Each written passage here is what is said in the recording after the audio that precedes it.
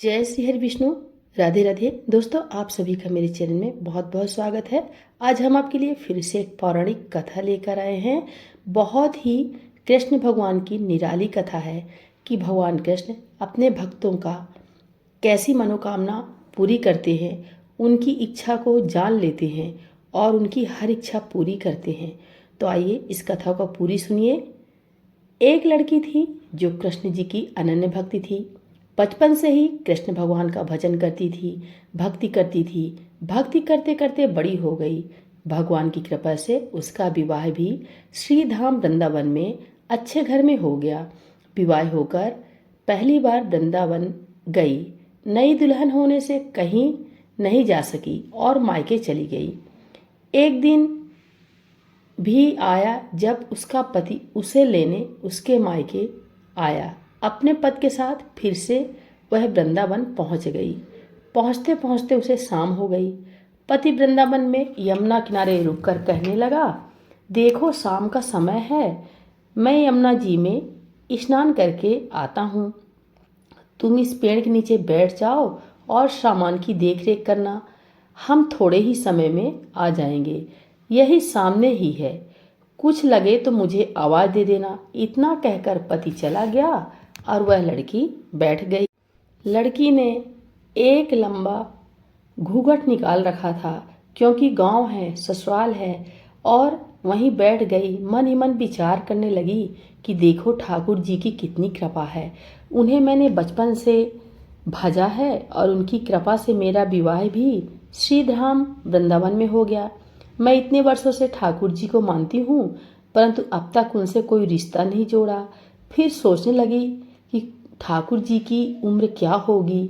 लगभग 16 वर्ष होगी। मेरे पति 20 वर्ष के हैं, उनसे थोड़े से छोटे हैं, इसलिए मेरे पति के छोटे भाई की तरह हुए और मेरे देवर की तरह। तो आज से ठाकुर जी मेरे देवर हुए। अब तो ठाकुर जी से नया संबंध जोड़कर लड़की बहुत प्रसन्न हुई और मन ही मन ठाकुर जी से कहने लगी, देखो ठाकुर जी, आज से मैं तुम्हारी भाभी और तुम मेरे देवर हो गए। अब वो समय आएगा जब तुम मुझे भाभी भाभी कहकर पुकारोगे।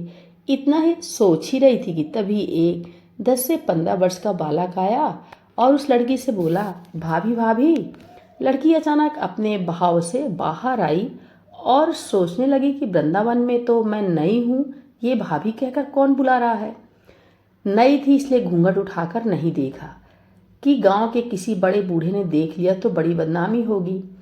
अब वह बालक बार बार कहता पर वह उत्तर न देती। बालक पास आया और बोला, भाभी तनिक अपना चेहरा तो दिखाई दे। अब वह सोचने लगी, अरे ये बालक तो बड़ी जिद कर रहा है, इसलिए कस के घूंघट पकड़कर लड़की बैठ गई कि कहीं घूंघट उठकर देख ले। लेकिन उस बालक ने जबरदस्ती घूंघट उठाकर चेहरा देखा और भाग गया। थोड़ी देर में उसका पति आ गया। उसने सारी बात अपने पति से कही। पत्नी ने कहा, तुमने मुझे आवाज़ क्यों नहीं दी। लड़की बोली, वह तो इतने में भाग ही गया था। पति बोला, चिंता मत करो, पर वृंदावन बहुत थोड़ा बड़ा थोड़ी ना है। कभी किसी गली में खेलता मिल गया तो हड्डी पसली एक कर दूंगा, फिर कभी ऐसा नहीं कर सकेगा। तुम्हें जहाँ भी दिखे मुझे ज़रूर बताना। फिर दोनों घर आ गए। कुछ दिन बाद लड़की की सास ने अपने बेटे से कहा, बेटा देख तेरा विवाह हो गया है, बहू मायके से आ गई है, पर तुम दोनों अभी तक बांके बिहारी जी के दर्शन के लिए नहीं गए। कल जाकर बहू को दर्शन करा कर लाना। अब अगले दिन दोनों पति पत्नी ठाकुर जी के दर्शन के लिए मंदिर में जाते हैं। मंदिर में बहुत भीड़ थी। लड़का कहने लगा, देखो तुम स्त्रियों के साथ आगे जाकर दर्शन करो, मैं भी आता हूँ। अब वह आगे आई पर घूंघट नहीं उठाती। उसे डर लगता था कोई बड़ा बूढ़ा देखेगा तो कहेगा, नई बहू घूंघट के बिना घूम रही है। बहुत देर हो गई। पीछे से पत्नी आकर कहा, अरे बावली, बिहारी जी सामने हैं, घूंघट काहे नए खोले। घूंघट नाए खोलेगी तो दर्शन कैसे करेगी।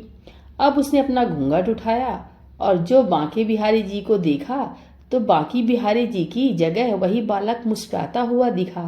तो एकदम से चिल्लाने लगी, सुनिए, जल्दी आओ, जल्दी आओ। पति पीछे से भागा भागा आया। बोला, क्या हुआ। लड़की ने बोली, उस दिन जो मुझे भाभी भाभी कह कर बालक भागा था, वह बालक आज मिल गया। पति ने कहा, कहाँ है, अभी उसे देखता हूँ। तो ठाकुर जी की ओर इशारा करके बोली, ये रहा, आपके सामने ही तो है।